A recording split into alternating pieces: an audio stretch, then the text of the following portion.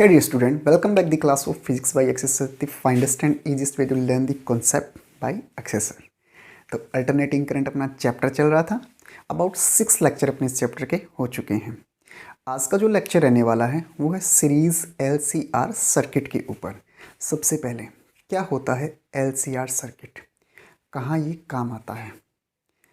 अगर मान लो आप इन तीनों को L प्रेरकत्व इंडक्टेंस, C कैपेसिटर संधारित्र और R रेजिस्टेंस प्रतिरोध तीनों को सीरीज में जोड़ देते हो और साथ में इनके कनेक्ट करते हो कोई external AC supply, AC voltage.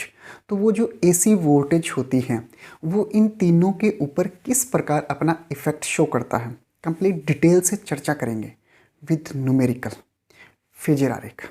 Start करते हैं। बट आज का लेक्चर स्टार्ट करने से पहले recall the previous lecture 3 lectures अपने किए थे जो बेहद इंपॉर्टेंट है।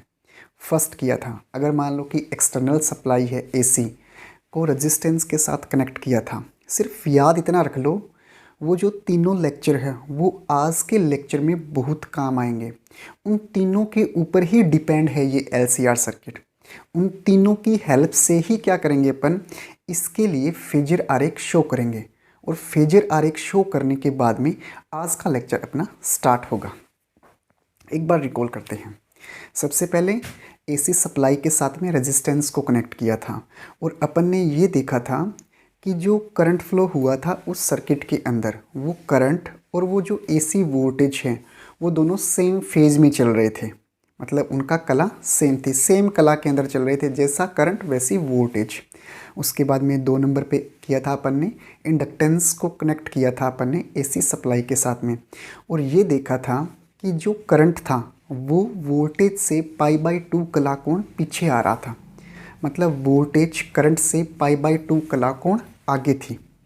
तीसरा जोड़ा था कैपेसिटर, जस्ट प्रीवियस लेक्चर, उसके अंदर अपन ने चर्चा की थी वोल्टेज करंट से π/2 कला कोण पीछे था। मतलब करंट अब की बार क्या था, आगे था। एक बार रिपीट कर देता हूँ, रेजिस्टेंस के अंदर दोनों सेम फेज में, कैपेसिटर के अंदर वोल्टेज पीछे है, किससे, करंट से, और इंडक्टेंस प्रेरकत्व के अंदर करंट वोल्टेज से पीछे है, वोल्टेज आगे है करंट से, कितनी, π/2। करें start. Yes, my name is Akshay and this is your खूबसूरत सा प्यारा सा चैनल accessor फिजिक्स। तो स्टार्ट करते हैं। क्या किया है, LCR सीरीज सर्किट जोड़ दो तीनों के तीनों। ये लो, सबसे पहले कनेक्ट करते हैं रेजिस्टेंस R। इसके लिए इसके ऊपर जो वोल्टेज आएगी उसको शो कर देते हैं VR से, ठीक है। उसके बाद में जोड़ देते हैं प्रेरकत्व L। इसके लिए जो वोल्टेज है मान लो कि कितनी है, VL। और तीसरा कनेक्ट करते हैं कैपेसिटर C और इसके लिए वोल्टेज है VC। और इसके साथ में कनेक्ट करते हैं कोई power supply, external power supply, वो भी कैसे, AC। ये लो, V = V0 sin ω/t external power supply है और AC की फॉर्म में है ये, ठीक है। रिपीट कर देता हूँ, पीछे के तीनों लेक्चर काम आएंगे, यहाँ पे लिख देते हैं।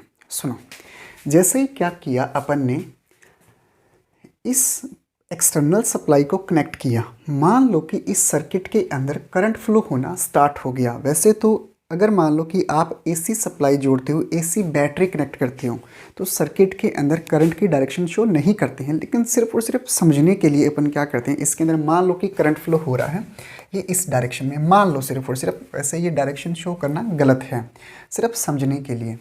करंट I फ्लो हो रहा है, ये करंट I पहुंचता है सबसे पहले रेजिस्टेंस के पास में। इन दोनों को भूल जाओ एक बार के लिए। रेजिस्टेंस I के पास पहुंचता है, वोल्टेज और रेजिस्टेंस। जब रेजिस्टेंस का अपन ने किया था उसमें ये देखा था कि जब रेजिस्टेंस कनेक्ट होता है तो करंट और वोल्टेज कैसे चलते हैं, दोनों सेम फेज में चलते हैं। मतलब अगर यहाँ पे की पॉइंट की बात करें तो जो VR है, VR के साथ में I क्या है, सेम फेज में है, मतलब कि समान कला में है। समान कला में है। ये तीनों की पॉइंट बहुत काम आने वाले हैं, ठीक है। उसके बाद में जब ये करंट इस प्रेरकत्व L के पास पहुंचता है तो प्रेरकत्व L के पास पहुंचेगा तो कुछ वोल्टेज को ड्रॉप करेगा। वो जो वोल्टेज को ड्रॉप किया वो कितनी है, VL है। अब ये VL वोल्टेज जो ड्रॉप हुई है इसकी जो फेज है वो इस करंट के साथ में π/2 कला बना रही है। मतलब कि π/2 कला का अंतर आ गया है इनके बीच में। प्रेरकत्व का टॉपिक जाके देखो, ये लेक्चर नंबर 4 के अंदर डिटेल से करवाया हुआ है ये, ठीक है। रिपीट कर देता हूँ। जब V वोल्टेज की battery external power supply connect की, करंट फ्लो हुआ। ये करंट सबसे पहले पहुंचता है इस रेजिस्टेंस R के पास। तो रेजिस्टेंस R के पास पहुंचेगा तो कुछ वोल्टेज को ये क्या करेगा, ड्रॉप करेगा। वो जो वोल्टेज ड्रॉप हुई कितनी थी, VR। और VR जो वोल्टेज है वो करंट के साथ में कितने फेज में है, सेम फेज में है, समान कला में चल रही है। तो समान कला में चल रही है, यहाँ पे ये की पॉइंट बना, ठीक है। उसके बाद में ये करंट पहुंचता है VL, ये प्रेरकत्व L के पास। अपन जानते हैं कि प्रेरकत्व L का कुछ न कुछ रेजिस्टेंस होता है और रेजिस्टेंस होने की वजह से ये जो करंट है ये भी क्या करेगा, कुछ वोल्टेज का ड्रॉप करेगा। वोल्टेज कितनी है, मान लो वो VL वोल्टेज है। तो ये VL वोल्टेज ड्रॉप हुई तो ये VL वोल्टेज और करंट इनके बीच में जो कला का अंतर आया वो कितना था, π/2। लेकिन जो VL है वो आगे था। मतलब जो VL है वो I से π/2 कला कोण आगे है। ये दूसरा की पॉइंट बना, सही है। तीसरा की पॉइंट, अब ये करंट पहुंचता है कैपेसिटर C के पास। अपन ये जानते हैं कि कैपेसिटर C जो है उसका भी कुछ न कुछ रेजिस्टेंस होता है और उस रेजिस्टेंस को अपन लिखते हैं XC से। तो वो रेजिस्टेंस भी क्या करेगा, धारा के मार्ग में रुकावट उत्पन्न करेगा और कुछ वोल्टेज का वो भी क्या करेगा, ड्रॉप करेगा। और वो जो वोल्टेज ड्रॉप हुई कितनी थी, VC। अब ये VC वोल्टेज इस धारा के साथ में कितना एंगल बना रही थी, लेक्चर नंबर 5 के अंदर नहीं, लेक्चर नंबर 6 के अंदर डिटेल से बताया गया है कैपेसिटर C के लिए।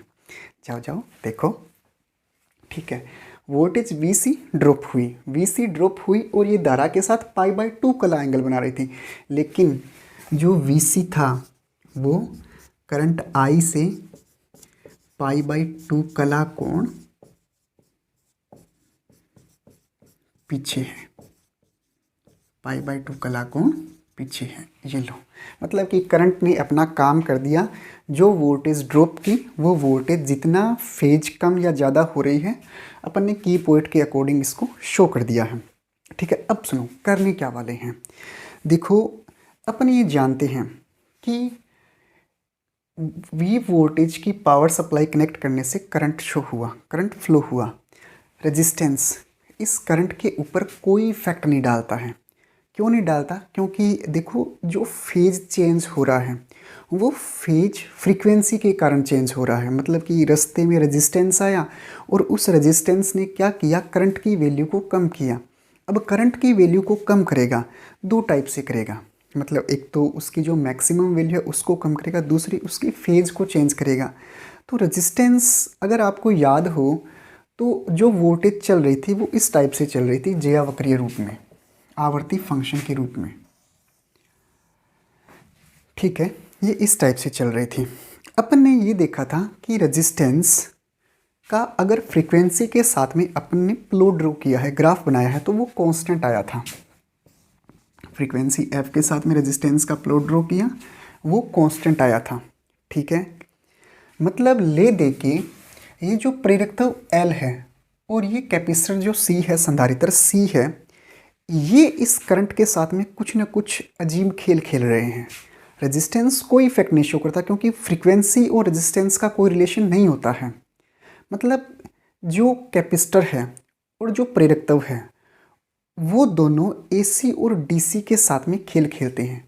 क्यों? क्योंकि वो डिपेंड करते हैं, उनका जो रेजिस्टेंस होता है वो डिपेंड करता है फ्रीक्वेंसी के ऊपर। कैसे? याद हो तो एक्स एल परिरक्तव का resistance equal to omega L या X L equal to 2πf into L, मतलब एक्स एल प्रपोर्शनल था फ्रीक्वेंसी के। ले दे के प्लॉट इस टाइप से आया था, सही है, ठीक है। दूसरा एक्स सी इक्वल टू 1/ओमेगा सी, सही है। यहाँ से एक्स सी प्रपोर्शनल आया था एफ के। प्लॉट ड्रॉ करते हैं, ये लो, मतलब एसी और जो डीसी है ये करंट आई को नुकसान पहुंचा रहे हैं, रेजिस्टेंस आर कोई नुकसान नहीं पहुंचाता, उसकी वजह से जो फेज है वो वैसे का वैसा रहेगा। हाँ, उसकी जो मैक्सिमम वैल्यू है, अपन जो शिखर मान बोलते हैं, उसके ऊपर थोड़ा बहुत इफेक्ट पड़ सकता है, बाकी उसके फेज में कोई चेंज नहीं होता। ये अपन लिखा भी है कि जो वोल्टेज है वो आई के साथ समान कला में है रेजिस्टेंस की वजह से, इन दोनों की वजह से ये आगे और पीछे हुआ। बात आती है करने क्या वाले हैं इस लेक्चर के अंदर, निकालने क्या वाले हैं सर, पर्पज़ क्या है अपना वो तो समझाइए। देखो स्टूडेंट, पर्पज़ ये है कि ये तीनों जुड़ने के बाद में इनका टोटल रेजिस्टेंस कितना होगा, एक तो बात करेंगे इसके ऊपर। तीनों का रेजिस्टेंस निकालेंगे, मतलब कि तीनों के रेजिस्टेंस को अपन प्रतिघात बोलते हैं। एक तो निकालेंगे वैल्यू अपन प्रतिघात की, जिसको अपन जड से शो करते हैं, प्रतिघात या प्रतिबाधा, प्रतिघात या प्रतिबाधा जड का मान निकालेंगे। दूसरा निकालेंगे इन तीनों की वजह से, इन तीनों की वजह से इस करंट आई के अंदर मतलब कितना चेंज हुआ। एक की वजह से बढ़ रहा है, π/2 आगे जा रहा है, एक की वजह से π/2 पीछे जा रहा है, तो इन दोनों की वजह से तो कुछ न कुछ इफेक्ट पड़ेगा, या तो आगे जाएगा या पीछे जाएगा या दोनों के बीच में रहेगा, कहीं ना कहीं कुछ तो होगा। एक बात करेंगे उसकी, मतलब कि इसके करंट की वैल्यू निकालेंगे तीनों की वजह से जो फेज चेंज हुआ, ठीक है, मतलब फाई की वैल्यू निकालने वाले हैं। एक करंट आई की वैल्यू निकालेंगे, करें स्टार्ट। अपने को इतना पता है कि जो प्रेरकत्व एल है और कैपेसिटर सी है, ये दोनों ही एसी और डीसी वोल्टेज के साथ में अपना अलग बिहेव शो करते हैं। तो अपन एक तरफ तो ले लेते हैं इन दोनों को, क्यों लेंगे, क्योंकि इन दोनों का ही रिलेशन है फ्रीक्वेंसी के साथ में, मतलब कि इन दोनों का जो रेजिस्टेंस है वो कहीं ना कहीं संबंध रखता है फ्रीक्वेंसी के साथ में, और फ्रीक्वेंसी की वजह से ही क्या होता है, फेज चेंज होता है, ठीक है। तो इन दोनों का मान लो कि रेजिस्टेंस कितना है, एक बार के लिए मान लो कि दोनों का रेजिस्टेंस है x, इसका रेजिस्टेंस मान लो कितना है x, इसका रेजिस्टेंस अपने को पता है r है। अपन एक प्लॉट ड्रॉ करते हैं, फेजर आरेख बनाते हैं, और उस फेजर आरेख की सहायता से ही अपन क्या करेंगे, इसके लिए ये जो प्रतिघात है या प्रतिबाधा है जड की वैल्यू निकालेंगे, ठीक है, इन तीनों की पॉइंट की हेल्प से।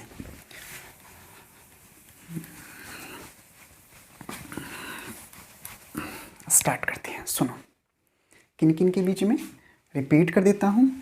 इस x है क्या, इस L और C का रेजिस्टेंस और R प्रतिरोध का रेजिस्टेंस, इन दोनों, इसकी वजह से कोई फ़र्क नहीं पड़ेगा, फ़र्क पड़ेगा इस x की वजह से।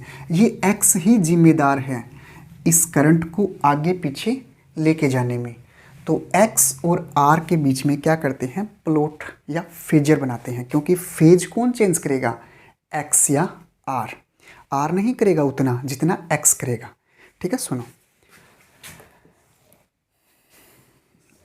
ये लो, ये हो गया r, ये हो गया x, सही है। ओके स्टूडेंट, सबसे पहले अपन क्या करते हैं, इन तीनों की पॉइंट्स की हेल्प से अपन इसको एक प्लॉट के अंदर शो करते हैं, और इसके लिए जो प्रतिघात की वैल्यू है वो फाइंड आउट करते हैं, ठीक है। उसके बाद में जस्ट बाद में अपन इसका फेजर आरेख शो करेंगे, क्योंकि वो फाइनल रिजल्ट है जो अपने को शो करना है।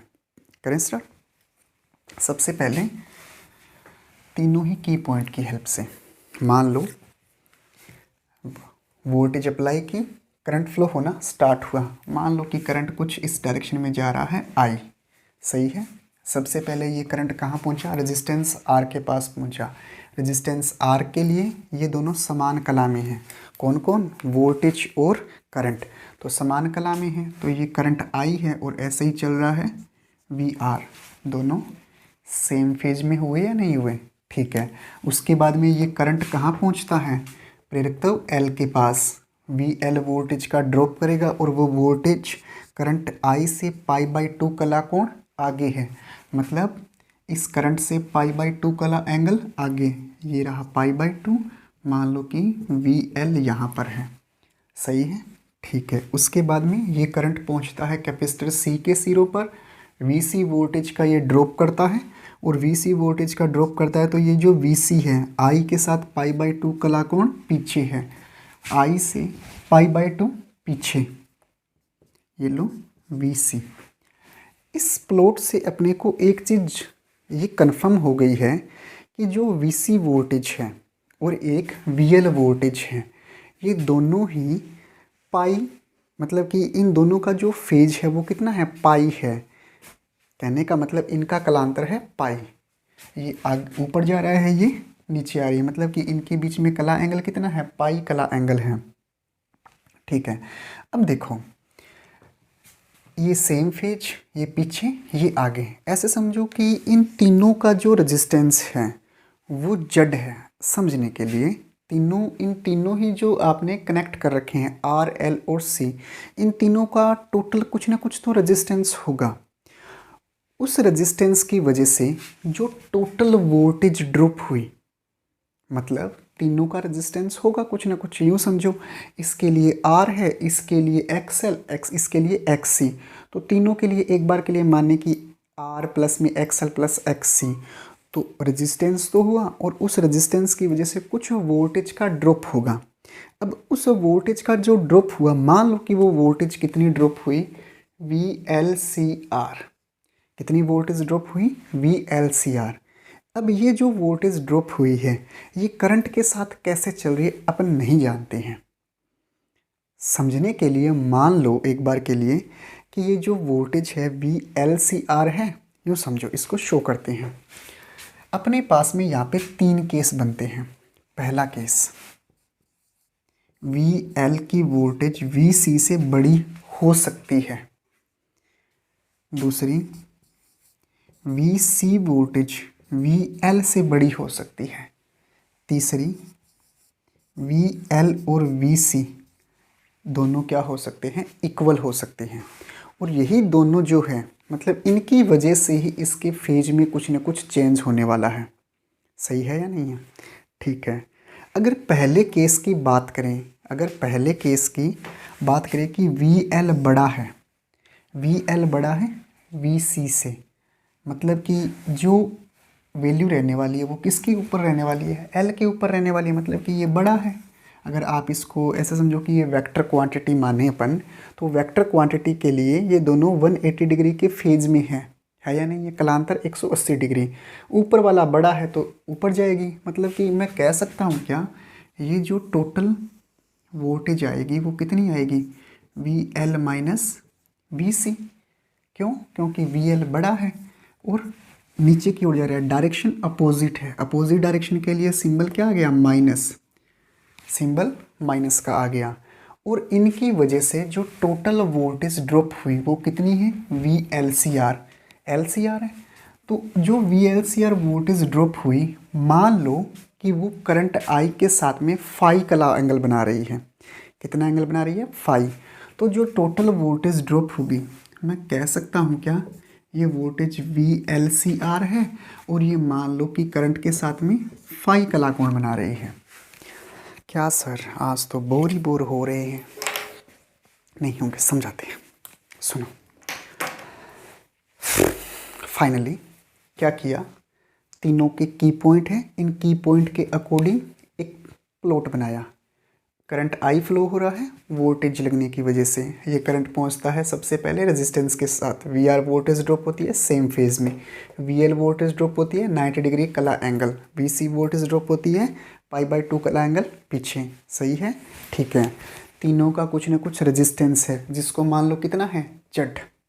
तीनों का रेजिस्टेंस, और तीनों की वजह से ही एक वोल्टेज ड्रॉप होगी।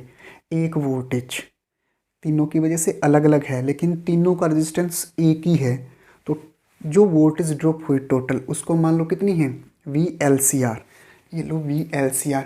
अब अपने को ये नहीं पता है कि ये जो VLCR वोल्टेज है ये किससे ज़्यादा या किससे कम है, VL से ज़्यादा या VC से कम। क्यों? क्योंकि एक तो ये कह रहा है कि वोल्टेज को आगे लेके जा रहा है, ये एक ये कह रहा है कि वोल्टेज को पीछे लेके जा रहा है। अपन नहीं जानते। अगर मान लो कि कुछ ऐसा हो जाए कि अपने को ऐसे केस मिल जाए कि VL बड़ा हो सकता है VC से, तो अपन डिसाइड कर सकते हैं कि VLCR कितना होने वाला है। तो अपन क्या करते हैं, 3 केस लेते हैं। पहला केस VL बड़ा है VC से, दूसरा VC बड़ा है VL से, और तीसरा VL और VC दोनों क्या है, इक्वल है। ठीक है, VL बड़ा है, VL बड़ा है, दोनों अपोजिट है। VL ऊपर की ओर जा रहा है, VC नीचे की ओर जा रहा है। वेक्टर क्वांटिटी के अकॉर्डिंग अगर 180 डिग्री का एंगल अपोजिट डायरेक्शन में बन रहा है तो सिंबल आता है माइनस का। सही है। वैल्यू किसकी बड़ी, VL की, क्योंकि ये आप बोल रहे हो। ये लो VL बड़ा है VC से। टोटल वोल्टेज ऊपर की ओर, मतलब कि इस डायरेक्शन के अंदर अपने को वोल्टेज मिलने वाली है। इसका कोई खेल नहीं है क्योंकि ये वोल्टेज सेम डायरेक्शन में चल रहा है। इस डायरेक्शन के अंदर मतलब कि ठीक है, इस क्वाड्रेंट के अंदर अपने को क्या मिलने वाली है, LCR वोल्टेज मिलने वाली है। क्लियर हुआ या नहीं हुआ? ठीक है। मान लो कि ये जो VLCR वोल्टेज मिली अपने को इन टोटल रेजिस्टेंस की वजह से, वो वोल्टेज करंट के साथ में मान लो फाई एंगल बना रही है। ये लो, क्लियर हुआ या नहीं हुआ? ठीक है। अब बात करते हैं अपन जड के बारे में। जड की वैल्यू निकालनी है अपने को। इसके ऊपर एक नॉर्मल डालते हैं। सही है। ये नॉर्मल जो डाला है ये कितना होगा, VL माइनस VC होगा। ये कितना है, VR। क्लियर है या नहीं है? इसमें लगा देते हैं पाइथागोरस थ्योरम। केस पहला चल रहा है, ठीक है, ये VL ग्रेटर देन VC। इसके अंदर लगा देते हैं पाइथागोरस थ्योरम, पाइथागोरस प्रमेय।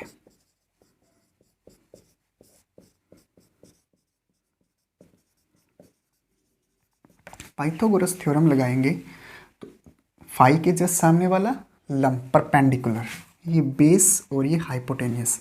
हाइपोटेनियस कितना है, VLCR।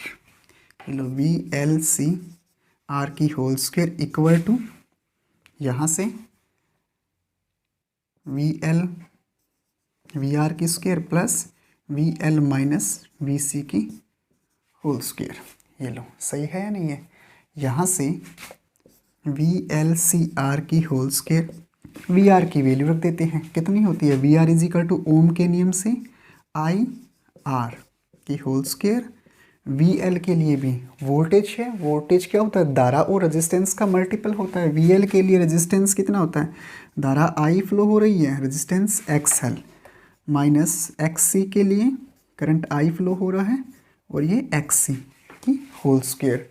सही है या नहीं है? यहाँ से VLCR की स्क्वायर इक्वल टू क्या करते हैं, इसमें से करंट I कॉमन ले लो, यहाँ से भी करंट I कॉमन, I की स्क्वायर हो जाएगा R square plus XL minus XC की होल स्क्वायर। ये लो, इस स्क्वायर को यहाँ से हटा देते हैं, VLCR और ये अंडर रूट का I square R square plus में XL माइनस XC की होल स्क्वायर। ये लो, यहाँ से I स्क्वायर है बाहर आ जाएगा, I स्क्वायर को बाहर निकालोगे, VLCR इक्वल टू I बाहर बचा क्या, अंडर रूट का R square plus XL minus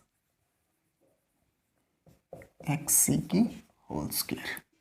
ये लो, सही है। इस करंट I को इधर ले आते हैं, VLCR अपॉन में I equal to under root का R square plus XL minus XC की होल स्क्वायर। ठीक है। टोटल वोल्टेज है VLCR, पूरे के पूरे सर्किट में करंट कितना फ्लो हो रहा है, I। वोल्टेज अपन में करंट क्या होता है, रेजिस्टेंस, और इस रेजिस्टेंस को आपने क्या नाम दिया है, प्रतिघात जड या प्रतिबाधा। Z equal to R square plus में X L minus X C की होल स्क्वायर। ये लो, ये किसकी वैल्यू आ जाएगी, इस पूरी के पूरे सर्किट के लिए जो टोटल रेजिस्टेंस है उसकी वैल्यू आ गई। लो, क्लियर हुआ या नहीं हुआ?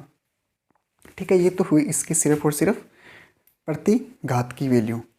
अब अपन ने एक वैल्यू मानी है और वो वैल्यू है फाई।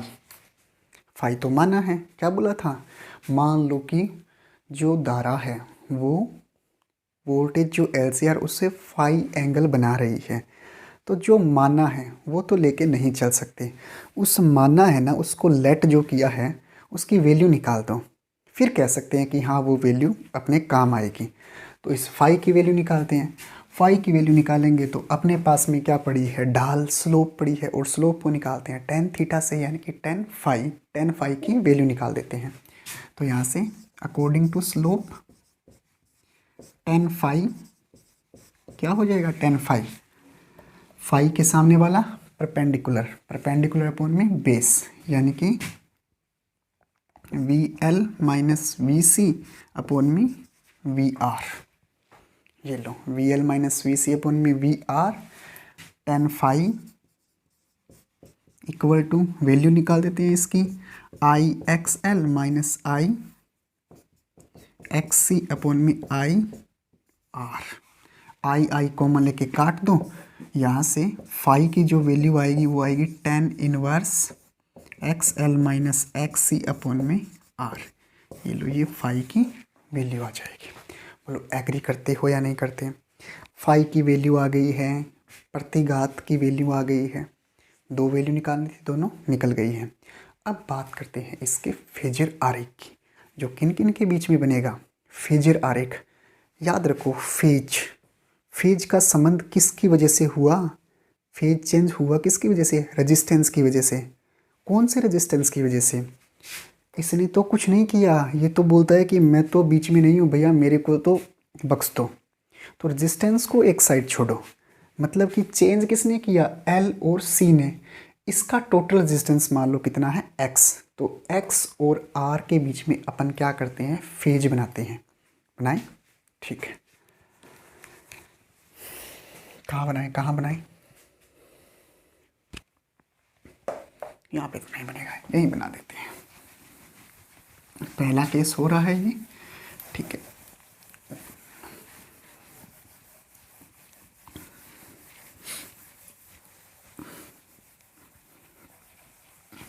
और फिर फेज बनाने के बाद में अपन शो करेंगे इसके करंट की डायरेक्शन, मतलब कि करंट कितना एंगल बनाएगा इसके साथ में। ये लो, रेजिस्टेंस आर, ये है एक्स, सही है या नहीं है? ठीक है। जैसे ही वोल्टेज अप्लाई करते ही क्या स्टार्ट होना लग गया, करंट फ्लो होना स्टार्ट हुआ। और जैसे ही करंट फ्लो होना स्टार्ट होता है और ये करंट पहुंचता है सबसे पहले रेजिस्टेंस आर के पास, और रेजिस्टेंस आर के अंदर दोनों सेम फेज के अंदर है। क्लियर है? देखो, मान लो एक बार के लिए, जैसे ही वी वोल्टेज की बैटरी कनेक्ट की, इसके अंदर करंट फ्लो होना स्टार्ट हुआ, करंट आई। ये करंट पहुंचा सबसे पहले रेजिस्टेंस आर के पास, वी वोल्टेज ड्रॉप की, और ये वी वोल्टेज वी आर जो वोल्टेज है ये दोनों चलते हैं सेम फेज के अंदर, समान कला में। अब ये करंट पहुंचता है एल के पास और वी एल वोल्टेज का ड्रॉप करता है, और ये V L voltage current I से π/2 कला कोण आगे है। मतलब ये रहा अपना करंट, ये करंट है, और वी एल जो वोल्टेज ड्रॉप हुई वो π/2 कला एंगल आगे है। ये लो, वी एल किससे आगे है, करंट से। ये रहा करंट, ये रहा π/2। सही है या नहीं है? ठीक है। अब ये करंट पहुंचता है सी के पास, और करंट सी π/2 कला एंगल आगे है, मतलब वोल्टेज पीछे है। वीसी वोल्टेज आई से π/2 कला एंगल पीछे है, मतलब ये रहा आई, ये रहा वी सी। वी सी π/2 कितना पीछे है, वी सी π/2 पीछे है। किससे पीछे है, करंट से। सही है या नहीं है, ठीक है। उसके बाद में अपन ने जो प्लॉट बनाया था, केस कौन सा था, वी एल बड़ा है वी सी से। वी एल बड़ा है वी सी से मतलब कि वी एल को प्राथमिकता देंगे, मतलब वी एल बड़ा है। तो अपन ने इस क्वाड्रेंट के अंदर क्या किया था, V L C R voltage निकाली थी और करंट से कितना एंगल बना रही थी, फाई। मतलब ये मान लो वी एल सी आर था, अभी भी बनाया था, इरेज कर दिया है। क्या था, ये वी आर था, ये वी एल, ये वी सी, ऐसे ही था। यहाँ पे वोल्टेज आई थी V L C R, current से एंगल बना रही थी फाई, क्योंकि यहीं पे आई था, ये फाई एंगल बना रही थी। क्वाड्रेंट कौन सा था, वी एल और वी आर वाला।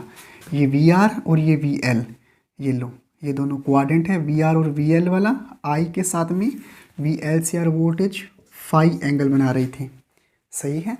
और इस रेजिस्टेंस आर, ये देखो यहाँ से V is equal to V naught sine omega T, और यहाँ पे करंट I पहुँचा I equal to I naught sine omega T. मतलब R के साथ में जो एंगल बन रहा है करंट का वो कितना है, ओमेगा टी है।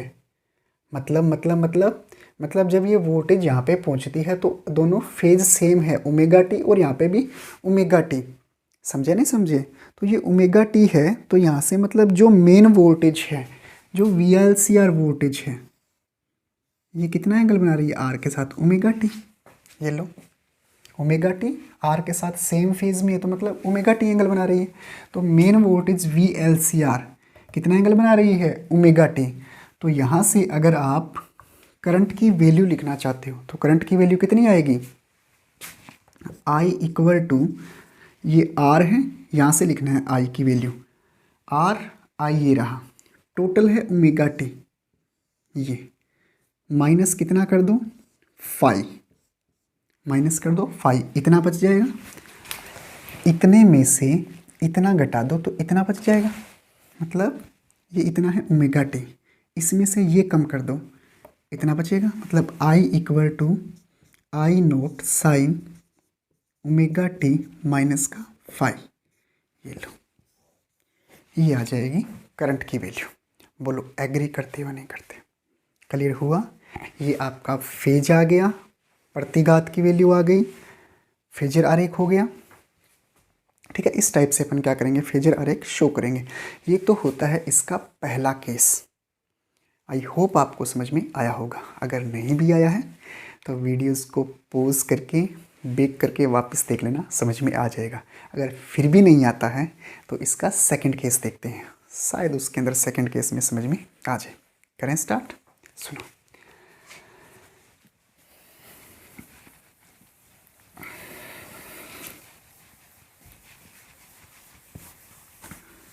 इसके लिए जो जड़ का मान आएगा वो दोनों के लिए लगभग सेम आएगा। कैसे सेम आएगा, क्योंकि उसके अंदर वी एल बड़ा है, इसमें क्या हो जाएगा, वी सी बड़ा हो जाएगा। कैसे, सुनो, यहाँ पे बना देते हैं। सबसे पहले करंट फ्लो होना स्टार्ट हुआ, ये लो करंट आई, आर पर पहुंचता है, वी आर वोल्टेज का ड्रॉप करेगा, दोनों सेम फेज में है, सही है।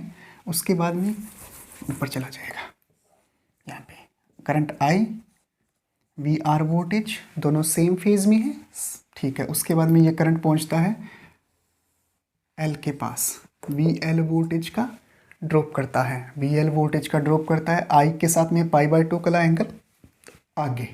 उसके बाद में वी सी वोल्टेज का ड्रॉप करता है, इसके पास पहुंचता है, π/2 का एंगल पीछे। तीनों की पॉइंट्स की हेल्प से अब की बार केस है आपका वी सी बड़ा है वी एल से, वी सी बड़ा है वी एल से, निकालें। वी सी बड़ा है वी एल से, मतलब 180 डिग्री दोनों में फेज है, कलांतर है 180 degree according to vectors rule. V C बड़ा है मतलब कि प्राथमिकता किसको दोगे, वी सी बड़ा है तो वी सी को लिख देते हैं।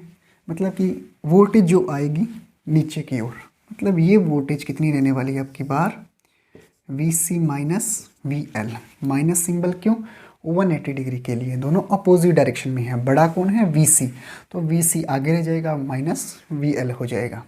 ठीक है। टोटल रेजिस्टेंस जड के लिए प्रतिबाधा या प्रतिघात का मान की वजह से जो वोल्टेज ड्रॉप हुई वो वोल्टेज मान लो कितनी है? VLCR वोल्टेज है।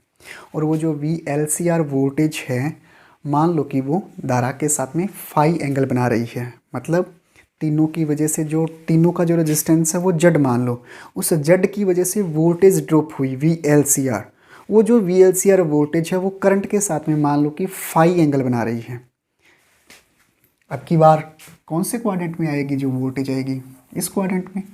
मान लो कि ये VLCR वोल्टेज है, VLCR सही है।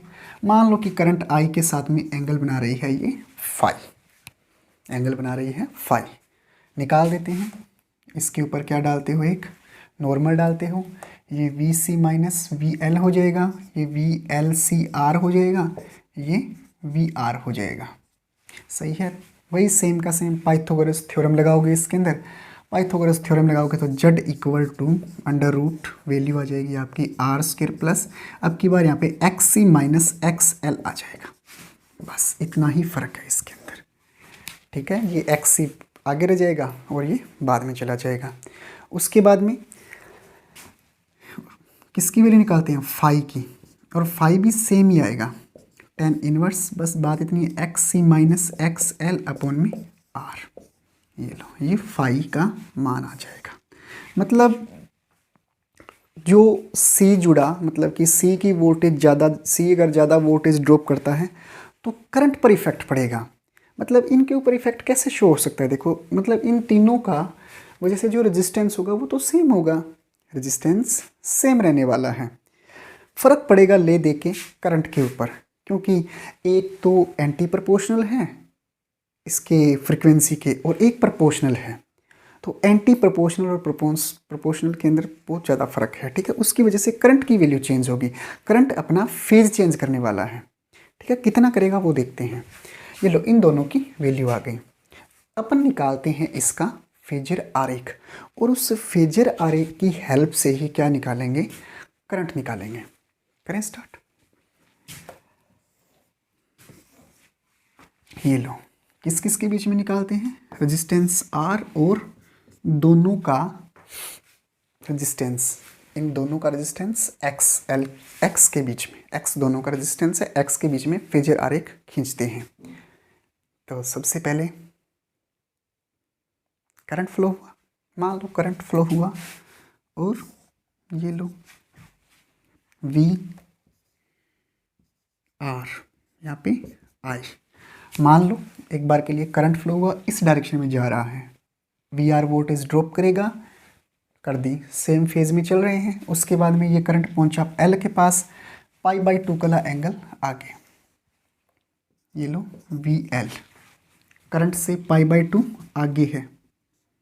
ये लो, ये करंट पहुंचा C के पास, C के पास पहुंचा तो ये VC, π/2 पीछे है। इतना पता है अपने को। और ये दोनों 180 डिग्री का कलांतर बना रहे हैं, ये लिखने की ज़रूरत नहीं है अपने को। अब अपन ये जानते हैं केस है आपका VC बड़ा है VL से, मतलब कि जो मेन वोल्टेज है VLCR वोल्टेज, जो टोटल वोल्टेज ड्रॉप हुई वो टोटल वोल्टेज ड्रॉप होगी वो कौन से क्वाड्रेंट में होगी? मतलब किसकी ओर झुकेगी? R और C की तरफ। यहाँ पे देखो R और C, क्योंकि C बड़ा है इस क्वाड्रेंट में आएगी। तो VR और VC के लिए जो वोल्टेज है मान लो कि वो VLCR सही है। ये लो VLCR इस क्वाड्रेंट में आई और करंट के साथ में कितना एंगल बना रही है? फाई एंगल बना रही है। ये लो, करंट के साथ में फाई एंगल बना रही है। ठीक है। अगर मान लो आप इनके लिए, ये है आपका, जैसे सोच के देखो, जब ये करंट मान लो कि रेजिस्टेंस के पास पहुंचता है तो R पड़ा है, रेजिस्टेंस R के पास पहुंचता है, दोनों सेम फेज में चलते हैं। मतलब कि सेम फेज का मतलब ओमेगा टी एंगल, पीछे और आगे हो तो ओमेगा टी माइनस π/2 या ओमेगा टी प्लस π/2 रह जाता है। सही है।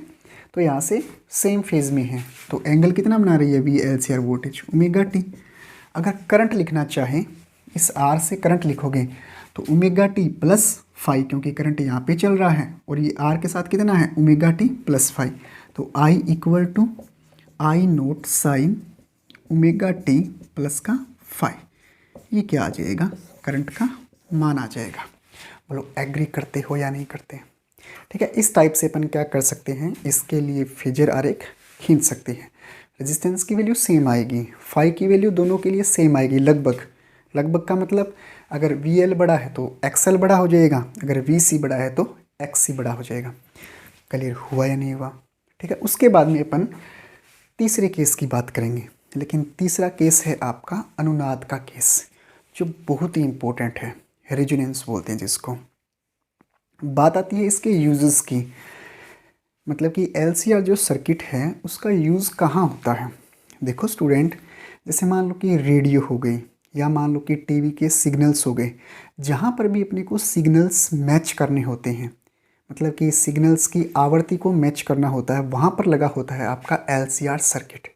मतलब कि यूँ समझो कि कोई भी रेडियो के अंदर मान लो कि कोई चैनल चलाना है अपने को, उस चैनल की हेल्प से, मतलब कि आसमान के अंदर बहुत सारी, या यूँ समझो कि बहुत सारे सिग्नल पड़े हैं, आसमान का तो छोड़ो, बहुत सारे सिग्नल पड़े हैं, अपने को कोई एक पर्टिकुलर सिग्नल चाहिए, तो अपन क्या करते हैं LCR सर्किट की हेल्प से वो जो सिग्नल है उस सिग्नल की फ्रिक्वेंसी की रेडियो की फ्रिक्वेंसी के साथ मैच कर देते हैं, मतलब कि रेजोनेंस। जो नेक्स्ट अपना लेक्चर है वो रेजोनेंस के ऊपर रहने वाला है, डिटेल से चर्चा करेंगे। थर्ड जो अपना पॉइंट है VL इक्वल है VC के। ठीक है, अब बात करते हैं इसके न्यूमेरिकल के ऊपर।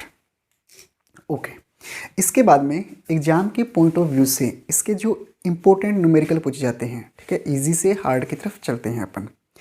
स्टार्ट करें। पहला जो न्यूमेरिकल है किस टाइप से पूछा जाता है, आपको एक सर्किट दे दिया जाएगा जिसके अंदर प्रेरक, तो जैसे मान लो कि इसके अंदर वोल्टेज कनेक्ट किया गया है, कितना किया गया है नहीं पता, इसकी वैल्यू फाइंड आउट करनी है। करंट फ्लो हुआ, इसके पास पहुंचा L के पास पहुंचेगा वोल्टेज ड्रॉप की कितनी 40 वोल्टेज, कैपेसिटर के पास पहुंचा 80 वोल्टेज ड्रॉप की, उसके बाद में रेजिस्टेंस R के पास पहुंचा 40 वोल्टेज को ड्रॉप करेगा। अपने को ये पूछा है कि जो एक्सटर्नल पावर सप्लाई कनेक्ट कर रखी है उसकी वैल्यू कितनी है, V का मान निकालना है। कैसे करेंगे, इतना पता है कि जो वोल्टेज यहाँ पे होगी वही सेम वोल्टेज इन तीनों की वजह से होगी। अब इन तीनों की वजह से कितनी वोल्टेज निकाली थी अपन ने, जो बड़ा है वो पहले, जो छोटा है वो बाद में, यही है। मतलब कि जो VLCR निकाला था, क्यों, क्योंकि जो वोल्टेज होगी वही सेम इन तीनों की वोल्टेज होगी। मान लो कि इन तीनों की वोल्टेज कितनी है VLCR है, तीनों को एक माना, एक मान के जो वोल्टेज ड्रॉप हुई वो VLCR, और जितनी VLCR है उतनी क्या होगी V होगी। KVL रूल लगा देंगे इसके अंदर। VLCR इक्वल टू फॉर्मूला क्या था, R² प्लस क्या था VR की square plus VC² minus VL की स्क्वायर। VC बड़ा है 80 वोल्टेज, ठीक है, VC माइनस VL की होल स्क्वायर। यहाँ से VLCR निकालना है अपने को, VR कितना है 40 वोल्टेज, 40 की होल स्क्वायर प्लस VC कितना है 80, 80 माइनस 40, 40, ये लो सही है। यहाँ से इसको करेंगे VLCR अंडर रूट, ये हो जाएगा 40 को करोगे 1600 प्लस 1600, सही है। यहाँ से ये VLCR इक्वल टू जो वोल्टेज आएगी 1600 1600 दोनों कितनी हो गई 3200 हो गई। यहाँ से ये वापस बाहर आएगा 40√2, ये VLCR इक्वल टू कितना आ जाएगा 40√2 वोल्ट। ठीक है, ये जो वोल्टेज है वो कितनी आई 40√2 वोल्ट। ठीक है, इस टाइप से आपके ये क्वेश्चन पूछा जाता है। मतलब तीनों की वैल्यू दे देंगे या इन तीनों में से एक वैल्यू ये दे देगा, इन तीनों में से एक कम करके, यूँ समझो कि कैपेसिटर की वैल्यू यहाँ से गायब कर देगा, गायब करके, और आपको ये बोलेगा कि कैपेसिटर की वोल्टेज कितनी ड्रॉप हो रही है उसका मान निकालो, या रेजिस्टेंस की कितनी ड्रॉप हो रही है उसकी वैल्यू फाइंड आउट करो। मतलब किसी भी टाइप से ये क्वेश्चन पूछ सकता है इस प्रकार। उसके बाद में सेकेंडरी जो क्वेश्चन है, 110 वोल्ट एवं 50 हर्ट्ज के स्रोत से श्रेणी क्रम में 10 ओम प्रतिरोध, 2/पाई हेनरी प्रेरकत्व तथा 1/पाई माइक्रोफैरड का संधारित्र जुड़ा है। धारा और वोल्टेज के मध्य कलांतर ज्ञात करो। कलांतर निकालना है, फाई की वैल्यू, और फाई के लिए अपन ने एक ही फॉर्मूला डिराइव किया था। कितना था याद करो, tan phi equal to XL minus XC upon में R। XL बड़ा है तो ये पहले आ जाएगा, XC बड़ा है तो XC पहले आ जाएगा। ठीक है, अब 110 वोल्ट एवं 50 हर्ट्ज के स्रोत से, मतलब वैल्यू दे दी। सबसे पहले तो ये चेक करो कि आपको वैल्यू किस किस की दे रखी है। जो वैल्यू दे रखी है उसकी वैल्यू रख देते हैं। क्या करेंगे, 110 वोल्ट V की वैल्यू दे रखी है, ये लो। एक दे रखी है 50 हर्ट्ज, F का मान है 50 हर्ट्ज। और किसकी वैल्यू दे रखी है, R का मान दे रखा है 10, L का मान दे रखा है 2/पाई हेनरी, F का मान 1/F नहीं, C का मान दे रखा है 1/पाई इंटू 10 की घात -6 फैरड, ये दे रखे हैं। अब न तो XL की वैल्यू है, न XC की वैल्यू है, न R की वैल्यू है। R की वैल्यू है 10 ओम, लेकिन इसकी तो निकालनी पड़ेगी। tan phi equal to XL को क्या लिख सकते हो आप, XL को ओमेगा L माइनस इसको ओमेगा C अपॉन में R। अभी भी वैल्यू नहीं है अपने पास में, इसके लिए tan phi equal to 2πf into L minus 1/2πf into C upon में आर। अब पड़ी है वैल्यू, अब निकाल देते हैं। tan फाई दिख जाएगा क्या यहाँ पे, tan फाई 2π इंटू एफ का मान कितना है 50 हर्ट्ज, ये लो। एल का मान पूरा दे रखा है 2/पाई, ये लो हेनरी है, ठीक है, माइनस 1/2πf का मान 50 इंटू में सी का मान 1/पाई इंटू 10 की घात -6, ये काम आएगा। -6 जो कट रहा है उसको काट दो, अपॉन में पड़ा आर कितना है 10 ओम, ये लो। पाई से पाई कैंसल, ये हो जाएगा यहाँ से पाई से ये पाई कैंसल, 100 10 की पावर -4 ऊपर जाके 10 की पावर +4। कहाँ लिखूँ, यहाँ पर लिख देते हैं, ये अपने कोई काम करेंगे अभी।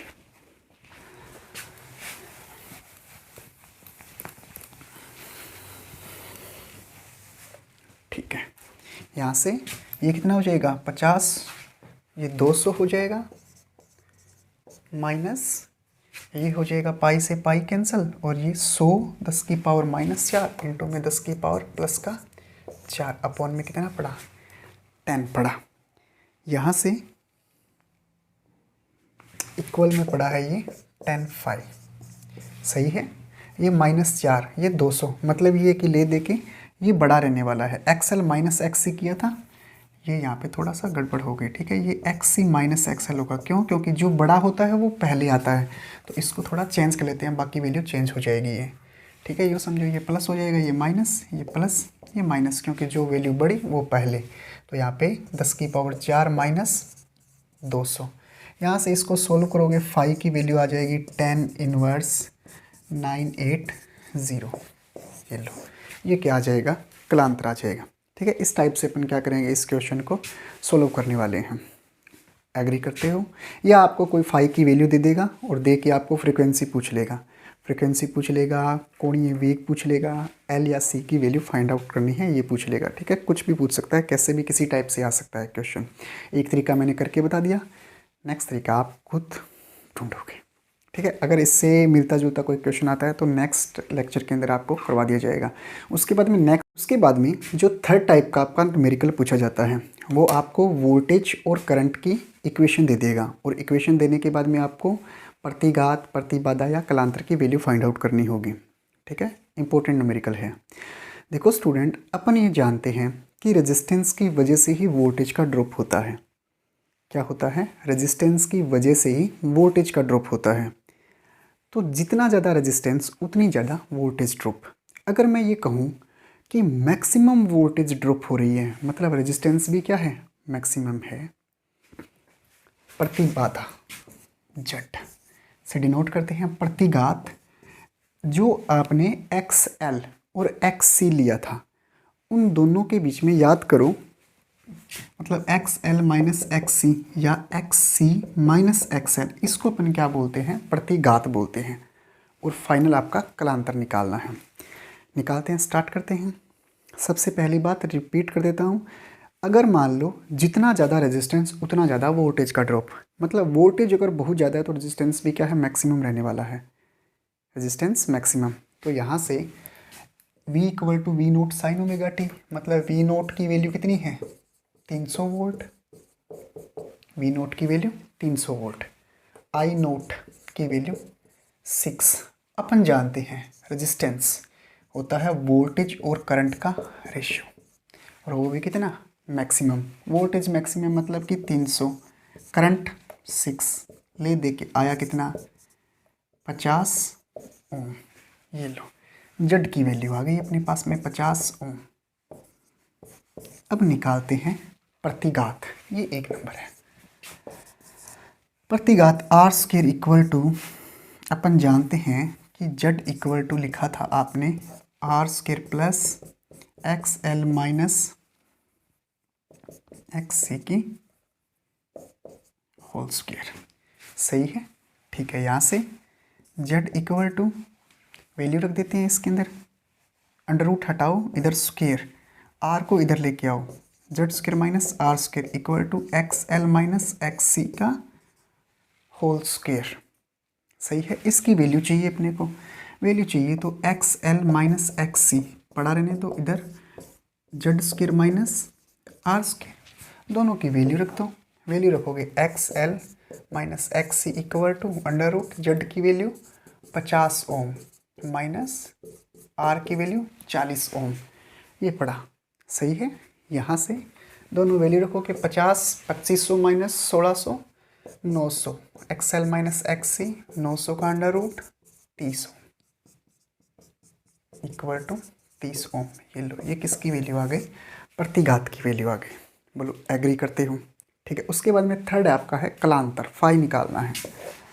फाई होता है tan phi equal to XL minus XC upon में R। XL माइनस XC की वैल्यू अभी भी निकाली आपने 30 ohm. tan phi equal to 30 ohm upon में, ओम लगाने की जरूरत नहीं है, R 40। ये आ जाएगा phi equal to tan inverse 3 upon में 4। ये लो, ये क्या आ जाएगा? इनके मध्य कलांतर आ जाएगा। ठीक है। इस टाइप से आपसे एग्जाम के अंदर क्वेश्चन पूछे जा सकते हैं। तो LCR सर्किट के दो case VL greater than VC and VC greater than VL यहाँ पे कंप्लीट होते हैं विद न्यूमेरिकल। ठीक है। अगर इसके एक दो न्यूमेरिकल और भी है टाइप के, तो नेक्स्ट रेजोनेंस के जो लेक्चर है उसके अंदर इसको ऐड कर दिया जाएगा। ठीक है। तो आई होप आपको आज का लेक्चर समझ में आया होगा। इसके दो ही केस हुए हैं। नेक्स्ट जो लेक्चर है VL इक्वल VC, बेहद इम्पोर्टेंट रेजोनेंस का केस है, और वहीं पर अपने को पता चलेगा कि किस टाइप से रेडियो के सिग्नल्स या मान लो कि टीवी के सिग्नल्स एक दूसरे के साथ मैच करते हैं। ठीक है, इम्पोर्टेंट रहने वाला है। तो आज का लेक्चर यहाँ पे कंप्लीट करता हूँ। आई होप आपको आज का लेक्चर समझ में आया होगा। आई होप ये जो चैप्टर चल रहा है ये आपको समझ में आ रहा होगा। तो इसी के साथ स्टडी करते रहिए, मज़े में रहिए, मस्त रहिए। All the very best.